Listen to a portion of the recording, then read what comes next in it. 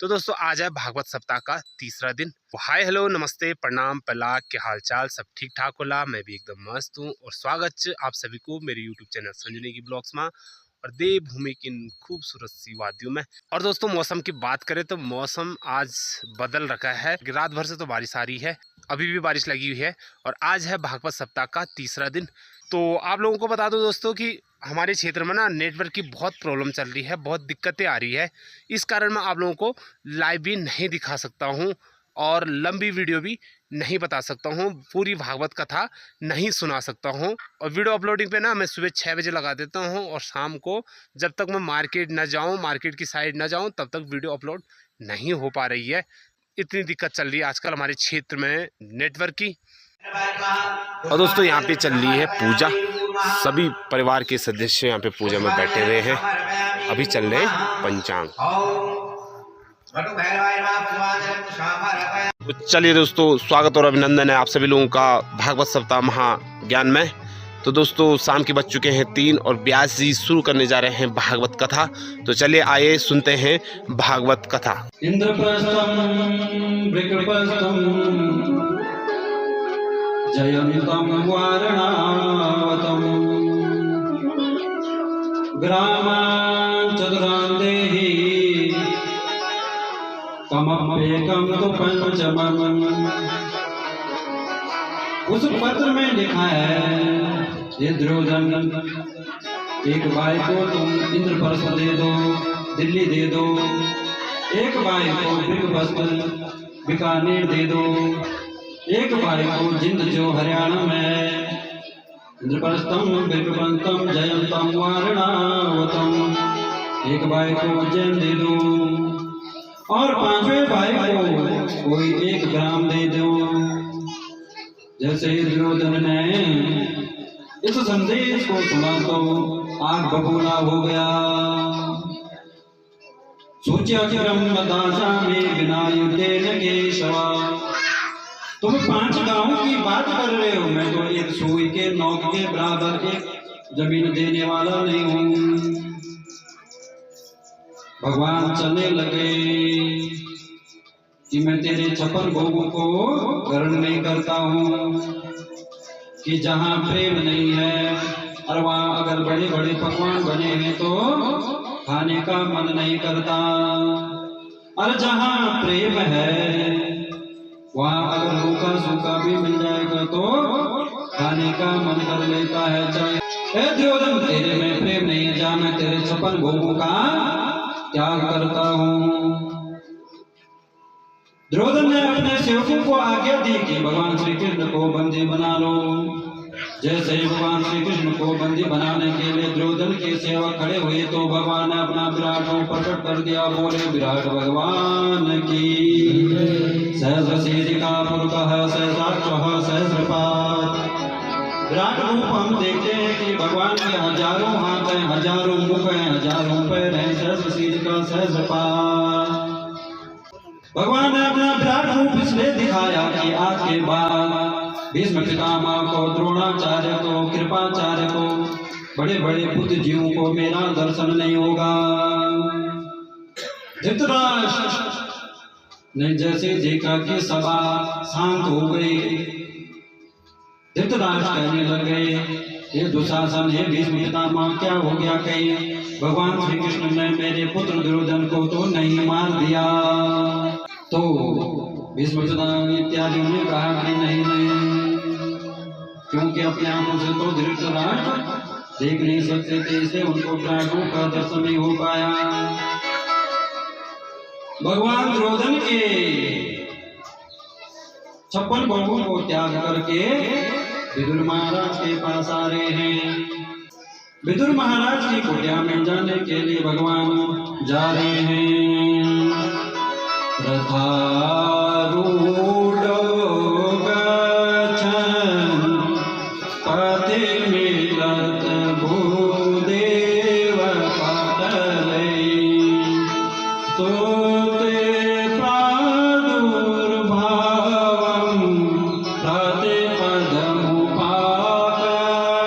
सदया दया सिन्धुर्बन्धो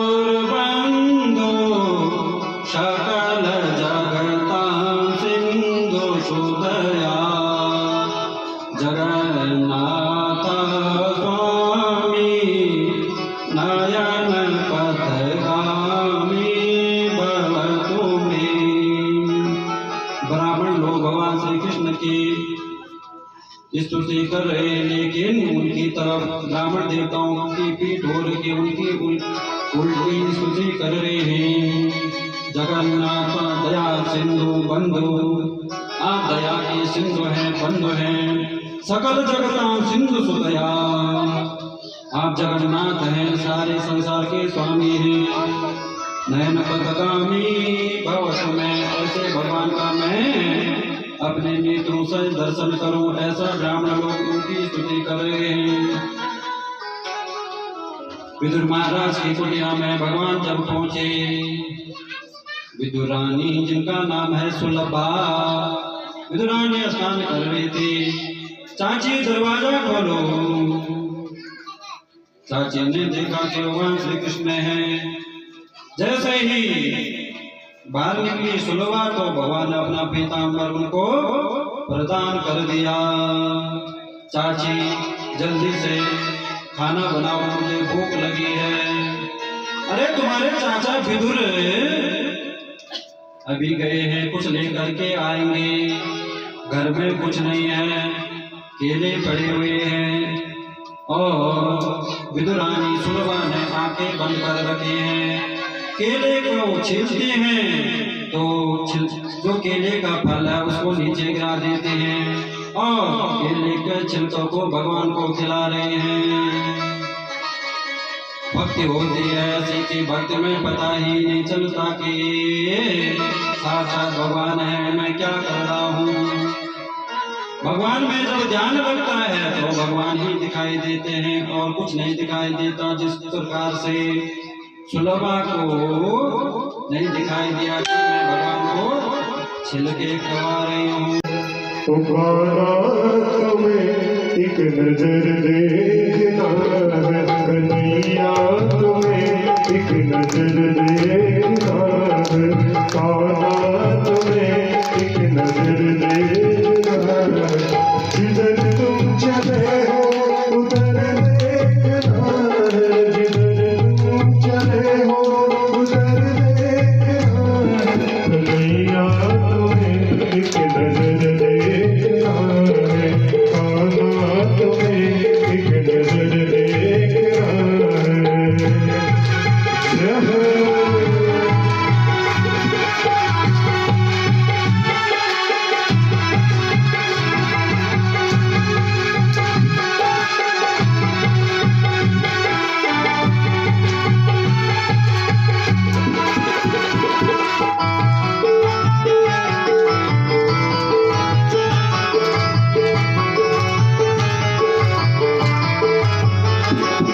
अगर तुम हसीनों के आहू के आस, अगर तुम हसीनों के आहू के आस, तो आहू का हमको असर देखना है, तो आहू का हमको असर देखना है। कन्हैया कन्हैया तुम्हें एक नजर देखना है कान्हा, तुम्हें नजर देखना है।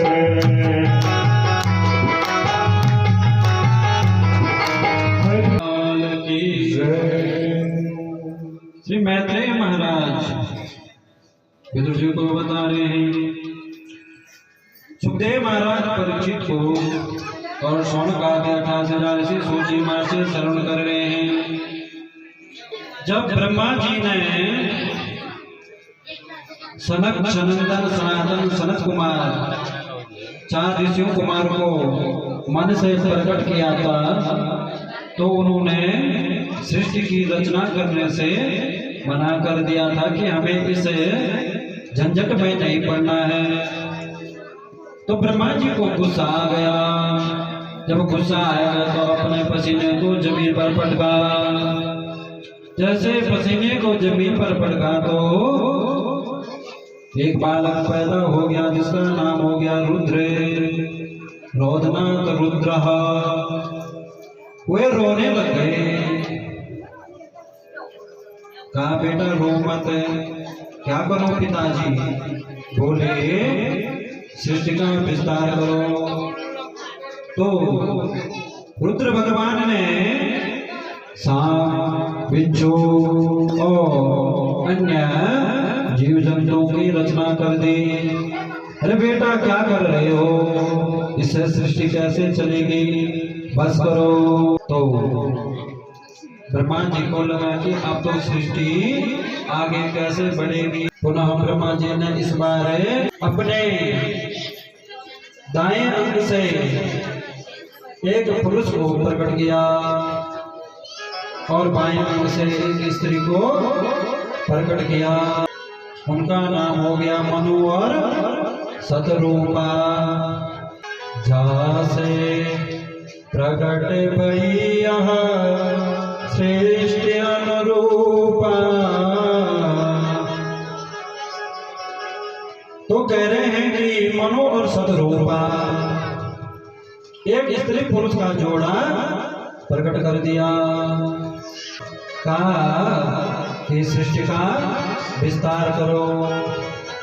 जब मनु और शतरूपा सृष्टि का विस्तार करने लगे तो पृथ्वी तो थी ही नहीं, क्योंकि पृथ्वी का हरण हिरण्याक्ष नामक दैत्य पृथ्वी का हरण करके समुद्र में ले गया था। ब्रह्मा जी सोच ही रहे थे कि सृष्टि का विस्तार कैसे होगा।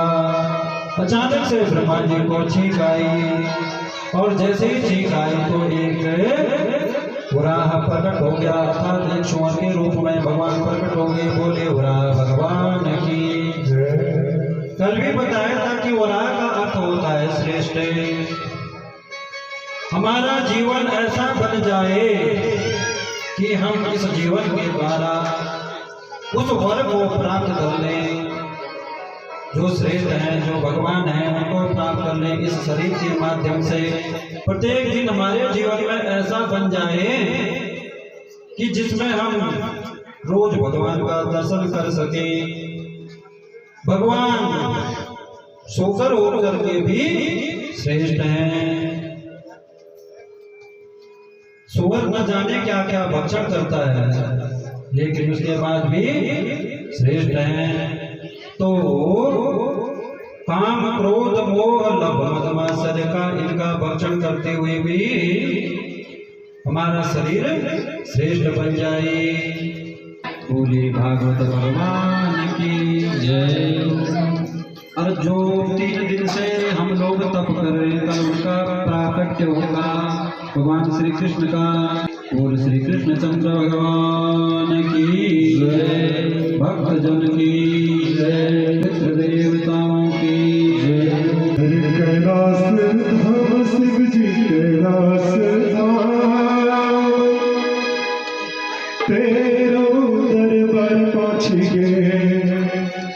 अरे भोले दरबार पहुँच गए शिव जी। अरे शिव जी तुमसे करो प्रणाम, बोल रे तुमसे करो प्रणाम। शिव जी तुमसे करो प्रणाम, बोल रे तुमसे करो प्रणाम। कैलाश धाम शिव जी कैलाश धाम, कैलाश धाम शिव जी कैलाश धाम। तेरो दरबार पहुँच गए, भोले दरबार पहुँच गए